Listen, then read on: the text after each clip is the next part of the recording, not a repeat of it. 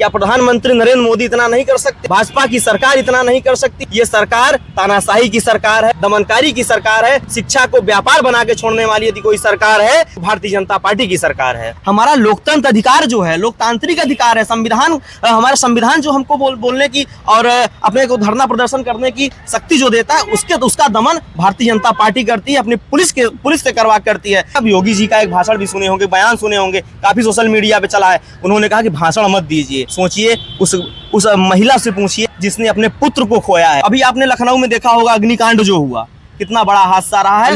अलीगंज में इतना बड़ा हादसा हुआ, लेकिन उसमें भी भाजपा के पदाधिकारी जो है अपने आप को सर्वश्रेष्ठ घोषित किया। तो इस वक्त हमारी मौजूदगी उत्तर प्रदेश के प्रयागराज जिले में है और हमारे बीच है NSUI प्रयागराज के जिला उपाध्यक्ष शिवम पांडे जी। दर्शकों को हम क्लियर कर देना चाहते हैं कि जो NSUI है वह national student union of India, जो कि कांग्रेस पार्टी के द्वारा बनाया गया 1971 में छात्र संगठन है, उसी के जिला उपाध्यक्ष हैं प्रयागराज जिले के। आइए इनसे हम तमाम मुद्दों पे बात करेंगे, जिस तरीके से महंगाई, बेरोजगारी, भरत तिवारी, तमाम मुद्दे हैं, उन पे हम इनकी प्रतिक्रिया जानेंगे। सबसे पहले आप जो है दर्शकों को अपना परिचय दे दीजिए। मेरा नाम शिवम पांडे है, मैं NSUI का जिला उपाध्यक्ष हूँ अपने प्रयागराज से। NSUI एक छात्र संगठन ही नहीं बल्कि छात्रों को वो मजबूती देने का संगठन है जो उनको लगातार हक की लड़ाई लड़ता चला रहा है। और आपको भी मैं धन्यवाद देना चाहूँगा कि इस भाजपा की तानाशाही सरकार में आप सच दिखाने का साहस रखते हैं, इसके लिए आपको बहुत बहुत धन्यवाद।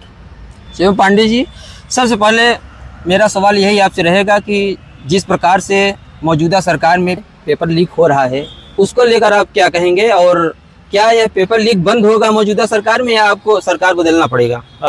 सबसे अहम बात, जब से भाजपा आई है, भाजपा की सरकार जब से आई है तब से अभी तक में लगभग 70 बार पेपर लीक हो चुके हैं।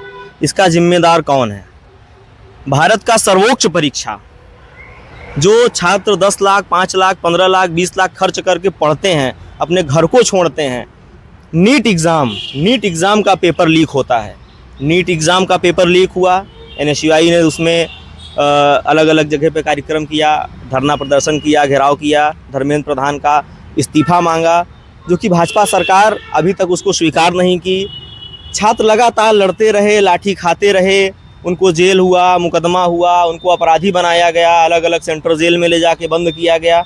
ये सब मुद्दों के लेकर NSUI लड़ती रही, धर्मेंद्र प्रधान से इस्तीफा मांगती रही, लेकिन भारतीय जनता पार्टी के किसी भी नेता, किसी भी सांसद, विधायक, मंत्री, यहाँ तक कि प्रधानमंत्री के चेहरे तक में शिकन नहीं आया तो एक बार जनता से मन की बात कर सके। मन की बात मोदी जी करते हैं, अलग टाइप की बात करेंगे। मन की बात में होती है आम छील के खाते हैं कि आम काट के खाते हैं, ऐसे सवाल किए जाते हैं, लेकिन एक बार भी किसी भी छात्र के साथ बैठ के वो इस तरीके की बात नहीं करते हैं किसको कि क्या ये क्या पीड़ित हुआ है, कैसे हुआ। अभी राजस्थान में आपने देखा होगा कि एक छात्र लगभग जो है पास था, अपने उसको कॉन्फिडेंस था अपने ऊपर कि मैं पास हो चुका हूँ। उसके पिताजी ने 12 लाख रुपए, 11 लाख रुपए लोन लेके पढ़ाई कराई थी। उसका घर टीन का था। हमारे राष्ट्रीय सचिव, राष्ट्रीय अध्यक्ष जी विनोद जाखड़ जी वहाँ पे पहुँचे, राहुल गांधी जी ने उनकी आर्थिक मदद की। क्या प्रधानमंत्री नरेंद्र मोदी इतना नहीं कर सकते?